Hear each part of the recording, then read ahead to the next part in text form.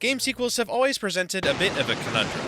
In many cases, pre-existing games don't quite wrap up the entirety of their universes, containing lots of things to expand on. Their enticing gameplay, their open-ended lore, their unique style and mechanics, a combination of all that. Plenty of aspects that the first game cemented that could easily be developed further, but doing so isn't as easy as just making the game again and sprinkling on some new paint. In differentiation to a DLC, a new game requires a new game.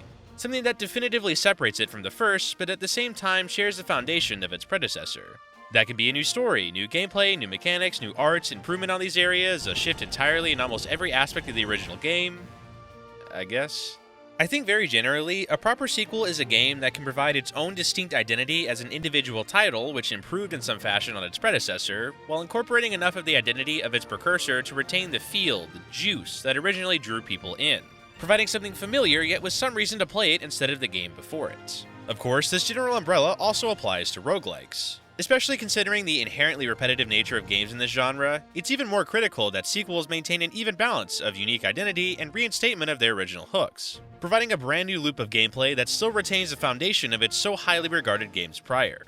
Lots of roguelikes have done this very well in my opinion, improving on their original formulas, adding new content in the form of story or mechanics or art and concepts, reinventing core aspects of themselves in new creative ways, while still having the same juice of their original games to keep a familiarly fun experience for the fans. Oh, and he's also here. Wizard of Legend was my first ever proper introduction to roguelikes, and one that has stayed in my favorites page in Steam to this day years later. I've already made several videos covering the love I have for this game, and my stance has remained the same as it did years ago.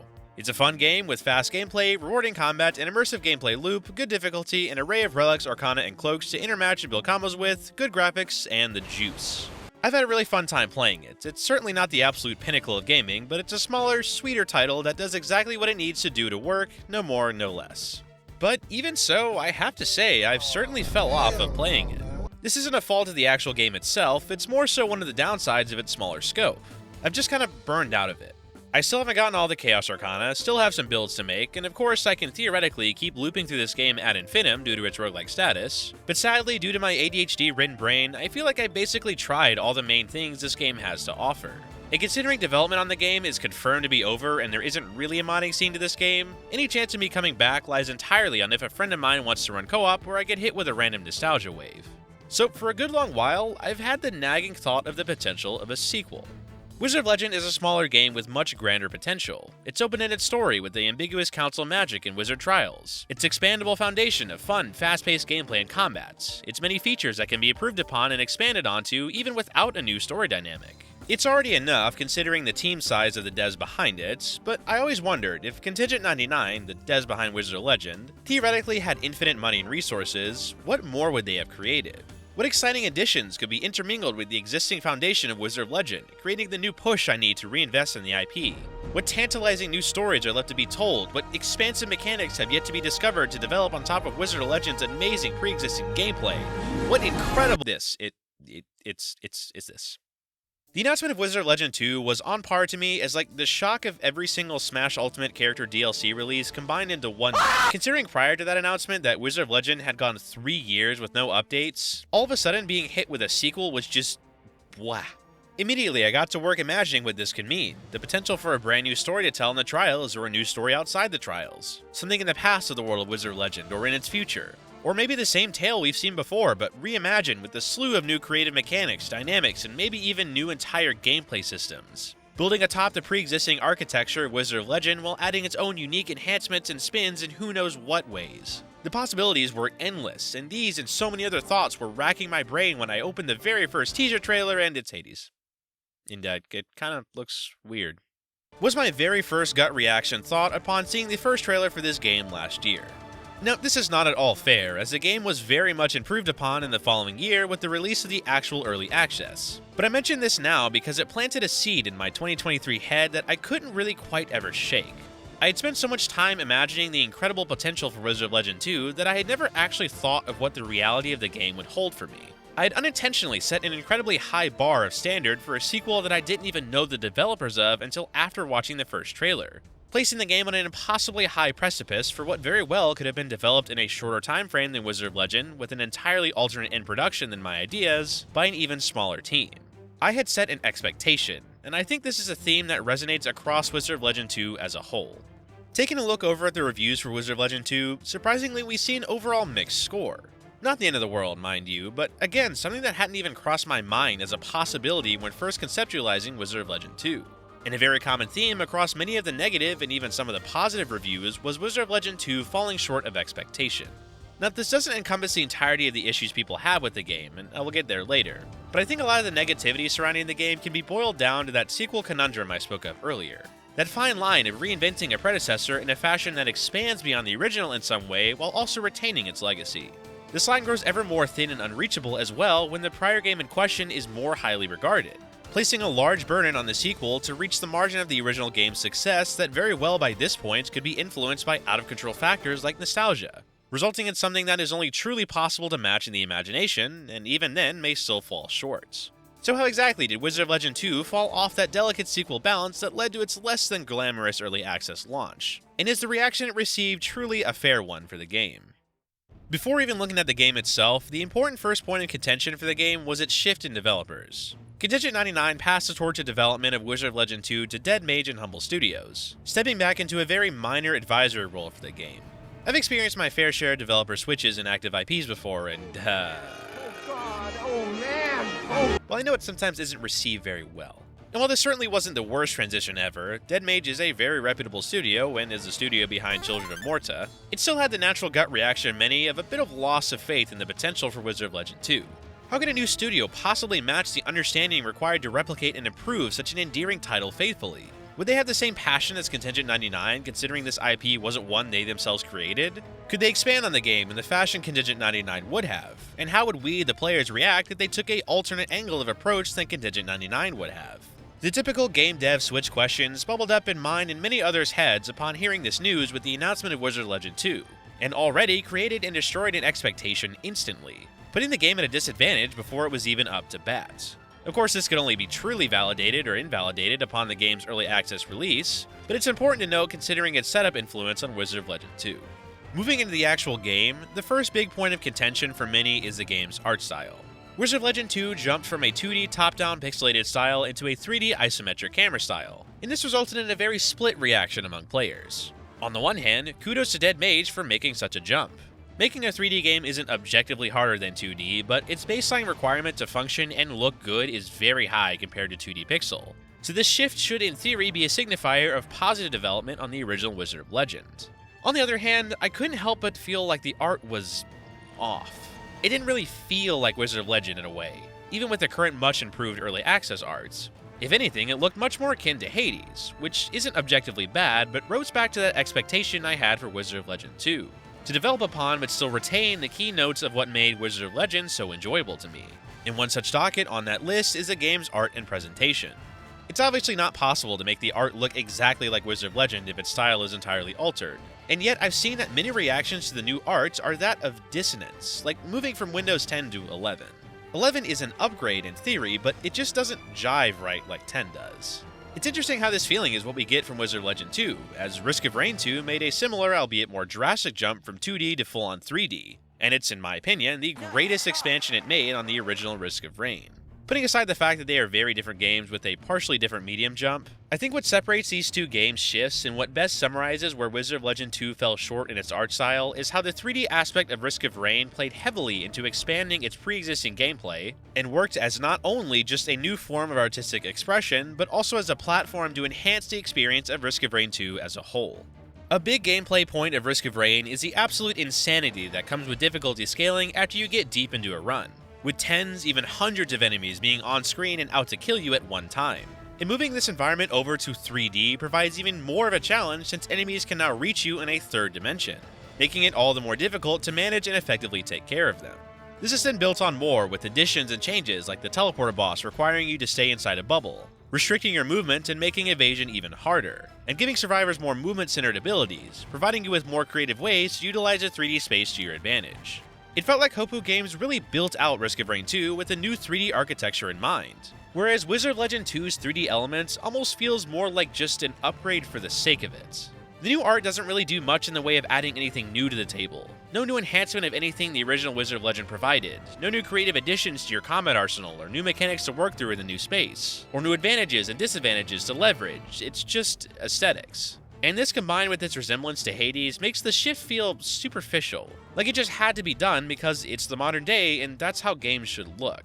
I don't want to shut down the idea entirely, mind you. I think it's remarkable that Dead Mage put in the time to make such an upheaval of the game's art, requiring a total remake of all assets in the game with professional quality graphics. And if you told me Wizard of Legend 2 was going 3D a couple years ago, I'd be ecstatic.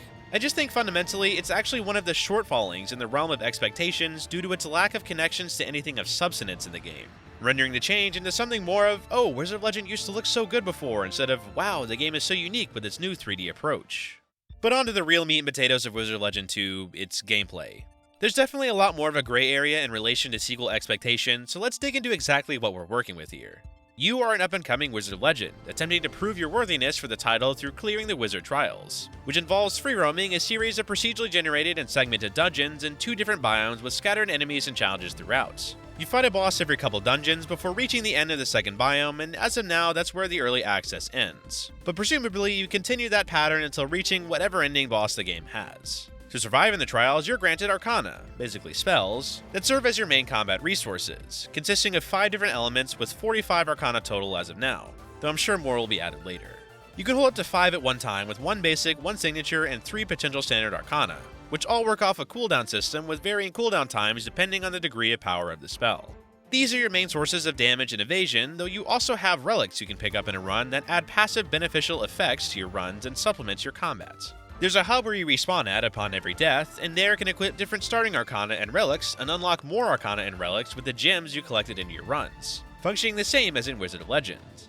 In fact, a lot of it works identical to Wizard of Legend. A lot. Wizard of Legend 2 is basically in essence Wizard of Legend, at least in terms of its core gameplay mechanics, and this automatically makes it a pretty enjoyable experience. The combat is solid, the arcana and relics are pretty diverse, the progression is done at a good pace, movement feels good, difficulty is rewardingly difficult but not impossible. All the components of a solid action roguelike are there as they were in Wizard of Legend. There's even some really neat additions to the game as opposed to its precursor, specifically what jumped out to me being the new permanent difficulty modification capability in the form of Nazradin's trial calibrations. Now after defeating a boss, you gain Arcane Chromo and Chaos Cores, which can be used to purchase permanent buffs in the hub area to assist you in your runs, as well as debuffs which put varying additional difficulty on your gameplay, like giving enemies increased damage and a shield. You have limited slots for modifiers and can freely place up to 3 positive ones as you see fit, or turn up the difficulty of the game by adding in debuffs. There are several modes of difficulty, each of which require the use of varying amounts of debuffs and the removal of slots for buffs, with higher difficulties requiring more debuffs and giving you less buff slots, and you're rewarded with more gems for playing through the game at these higher difficulties, making the somewhat limited scope of the early access last longer as you now have a progressional reason to play through the game multiple times. There's also a new medallion system, which expands on the pre-existing ability to take a relic of your choosing into a run by giving you a whole new set of choices of pre-run buffs. These medallions don't appear in runs as relics would,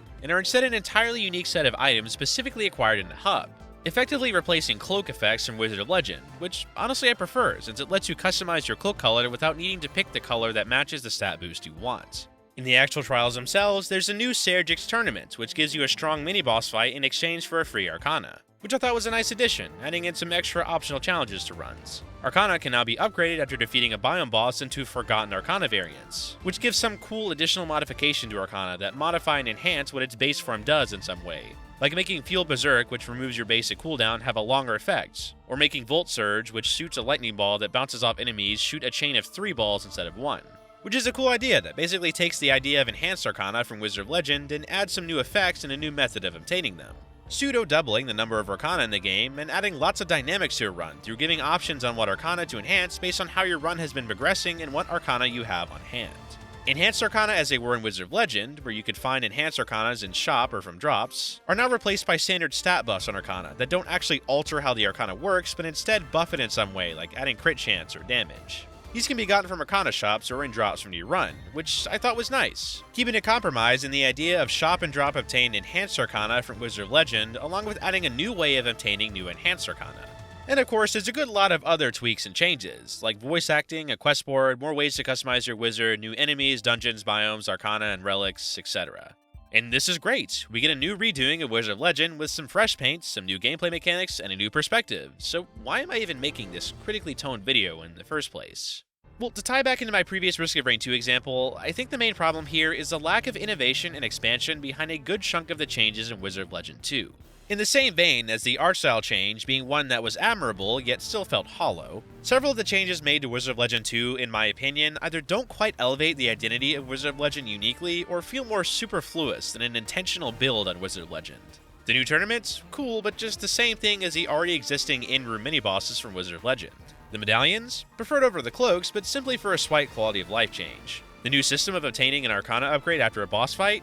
Interesting, but essentially just an extension of the pre-existing enhanced arcana from Wizard of Legend. I don't want to entirely disqualify these ideas, as they are good, but with the majority of the changes being small supplement additions like this, with no larger, grander change there to really carry them through, I'm left with a bit of a feeling of emptiness. Like something is missing that makes Wizard of Legend 2 its own purposeful and meaningful game. It's missing that 3D in Risk of Rain 2, that new story and mechanical extension in Hades 2, that experience-driven enhancement of the Binding of Isaac Rebirth. There's even a good handful of changes that I think damage what made Wizard of Legend such a great experience and remove meaning from Wizard of Legend 2. The new enemies are generally more generic than in Wizard of Legend, with standard skeletons and stone golems replacing the more unique lancers, rogues, summoners, etc. of Wizard of Legend. The addition of new characters and new voice acting for them is not at all sufficiently done for them to be any more of an annoyance to me personally. I haven't built any kind of bond to any of them, and quite frankly don't even remember any of their names. I wouldn't expect fully fleshed out story-relevant characters like that of Hades 2, but at the very least, the boss quips in the original Wizard of Legend gave me a chuckle here and there, which I just can't really say the same for Wizard of Legend 2. The quests are fine, I guess, but don't have nearly enough reward to warrant me actually trying to accomplish them in a run, and many are easily gettable through just playing the game anyway. And quests are kind of just the most basic thing you can add. And Dash Arcana were removed, and now you have iframes when dashing. Why? And pause right there. Hi, future Prosive here. So I've been a lazy f*** and have taken way too long to finish this video. Enough so that the major Sky Citadel update came out mid-editing. And in that update, they did a lot of things, notably being they added back Dash Arcana, so ignore my complaint on that. They also reworked bosses, making their difficulty scale better with later game runs, which helped make them more challenging and match your run progress better. And they apparently reworked a good chunk of the NPC voice lines in an attempt to make them more lifelike. Although I haven't played much to test that, all I've really noticed is they appear much less often, which is great, but that's also a sad depiction of the state of the dialogue. Overall, I like the update and its changes. However, I still think the broader points made in my video stand, so I'm just going to run through the rest of the video without more edits. Sorry to make a weird cut like this instead of redoing everything, but I've already taken so long and have a good lot of the video edited that restarting would probably guarantee like a February release. Anyway, as you were.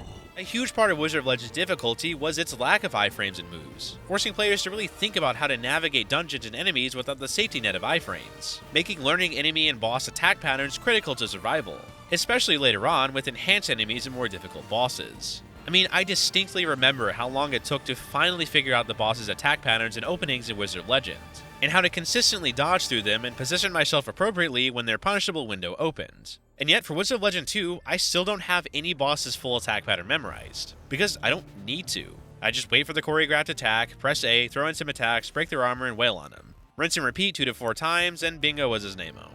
The new bosses aren't like the easiest, most brain-dead thing ever, and still do present me a challenge, especially if my build is not very good. But if I recall correctly, I beat the boss of the second biome on my first try, which definitely did not happen in Wizard of Legend. Changes like these make me wonder, if Wizard of Legend 2 wants to follow this route of a very similar feeling experience at Wizard of Legend, then why remove core pieces of that experience if there isn't additional change to justify it? And if they want to take a newer angle with the series, then why have so many barely or fully unchanged aspects left in and not attempt to really expand and rework Wizard of Legend into something new? I think I can best sum up my perplexion and annoyance at these negative and less than impactful positive changes with the comparison. You are a renowned baker with one of the best strawberry cakes in town. And for the big grand opening of your new second bake shop, you bake a big grand strawberry cake as celebration. But in an odd twist of events, you bake the new cake with no strawberries, as well as with some new nice frosting, powdered sugar blackberries, and a nice little heart on top. Your eager buyers get a delicious cake that even has some more positive changes added to it. But a core part of what made your cake so well renowned was its incredible strawberry taste. Now that that strawberry has been removed, those who expected strawberry cake can't help but feel upset at your new cake, even though you still made a perfectly adequate cake. The cake still shares the same base as a strawberry one, and the additions aren't impactful enough to make it feel like a different cake. So the lack of strawberry heavily taints the good quality of the base of the cake and its new additions. There are elements like the new Hades-esque difficulty system that expand on what made Wizard of Legends so fun. In that case, it's challenging yet rewarding difficulty, adding something of a new strawberry flavor replacement. But for a lot of the other changes in the game, even with the sum of them combined, I still felt like I was just playing a strange offset of Wizard of Legends. There's no real tangible element that definitively and positively separates the two games in the manner of other roguelike sequels, and the game doesn't feel like it captures Wizard of Legend any better than Wizard of Legend itself. It's at an odd middle ground, a slight reskinning, a song sung to another off-putting tune. Even understanding that this game is in early access, and as such it's not really fair to definitively subjugate any broader opinion on the game as a whole since it, well, isn't whole. I already have enough of the core aspects of the game presented to me to think that even fully finished, unless there's some massive central changes to the game, the trends we have now will continue to trend with the game's full release. Wizard of Legend 2 just didn't quite hit that sequel expectation, and it certainly is not a bad game for that. I think in its own merit, it's 100% a great game. But I'm holding it up to the standard of Wizard of Legend and other roguelike sequels that made incredibly unique and well-developed sequels. And in light of that, I feel like Wizard of Legend 2 falls short of expectation. And this is, in my opinion, the definitive factor in its less than ideal appeal. Now, is that fair to the game itself and the developers behind it? That becomes more of a subjective matter. It's certainly not fair that the devs were held to such a high standard right off the bat as compared to making a new IP. It's very possible that if this game was not the successor to Wizard of Legend, it might have been much more of an appealing title. But at the same time, Dead Mage had a jump start on exposure due to the popularity of Wizard of Legend and the hope and purchasing power of more content for the series, putting them in a natural advantage. And I'm sure they were well aware of the importance and impact of Wizard of Legend and had something of an idea on the expectation for its sequel. So it wasn't like this was just a blindside here. They had ample preparation and audience understanding. The execution just didn't quite match it. I don't think Dead Mage definitively did anything damagingly wrong with Wizard of Legend 2. They made a solid title that respected its source material faithfully, recreated it, and attempted to inject its own unique elements in. I guess this whole rambling mess has just been more of a summary of how expectation can really make or break a roguelike sequel. Setting up sequels for success right off the bat with preset notoriety, but also placing a heavy load of expectation on their development for a near perfect line of retaining their predecessor's core functions that made the former game what it was, that still manages to add more unique content that gives players a reason to delve into the sequel instead of the original. I'm certainly going to follow Wizard of Legend 2 through its early access, and it's entirely possible that my opinion could shift with the full release of the game. But at the end of the day, this was a pretty unique lesson to me about how expectation can so profusely define a project, and how navigation of it is critical to any roguelike sequel or even just sequels in media in general. But what do you think, dear viewer? Is Wizard of Legend 2 really the meh I make it out to be? Is it better, worse, or is there some other reason you think it performed the way it did? Let me know in the comments, and speaking of expectation, hopefully I see y'all again not in 6 months, since I'm probably starting or have started college when you watch this, and I'll have no idea what kind of time or resources I'm going to get this semester. So, the Frosted 2 Electric Frugaloo may just be delayed. Sad days. But if you enjoyed the video, feel free to drop a sub, hopefully I'll see you on schedule again, and until then, see ya.